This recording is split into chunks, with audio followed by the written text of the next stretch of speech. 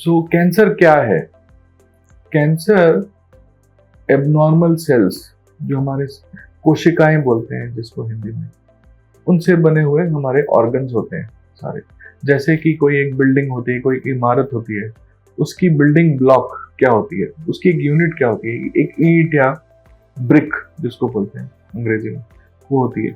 वो ब्रिक्स या वो ईंटें एक ढंग से रखी जाती हैं, जमाई जाती हैं, सीमेंट की जाती हैं और वो एक इमारत का रूप लेती हैं। इसी प्रकार करोड़ों अरबों सेल्स होती हैं जो एक तरह से अरेंज्ड होती हैं और वो एक शरीर का एक ऑर्गन बनाती हैं, जैसे कि हार्ट, लंग्स, ब्रेन और अदर ऑर्गन्स।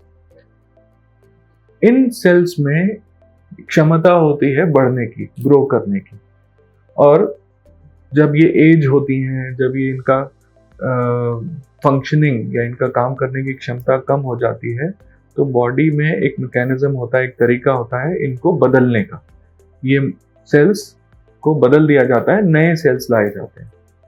तो ये इन्हीं सेल्स में से वो बनती हैं।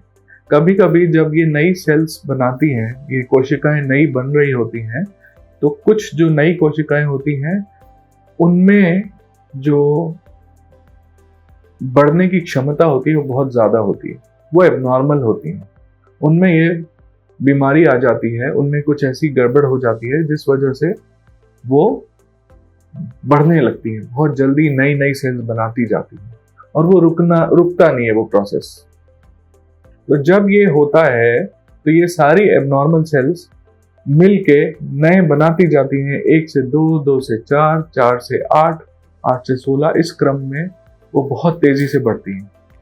नॉर्मली हमारे शरीर में ये सारा काम रोज हो रहा है और हर रोज ऐसी एबनॉर्मल सेल्स बनती हैं, ऐसी एबनॉर्मल या गड़बड़ वाली कोशिकाएं बनती हैं, बट हमारे शरीर की इम्यूनिटी या रोग प्रतिरोधक क्षमता उसको खत्म कर देती है। कभी कभार ऐसा होता है दुर्भाग्यवश जब ये बच जाती हैं उस इम्यूनिटी से और ये अपने ट्यूमर बनाने में सफल हो जाती हैं। जब ऐसा ट्यूमर बन जाता है उसको कैंसर बोलते हैं।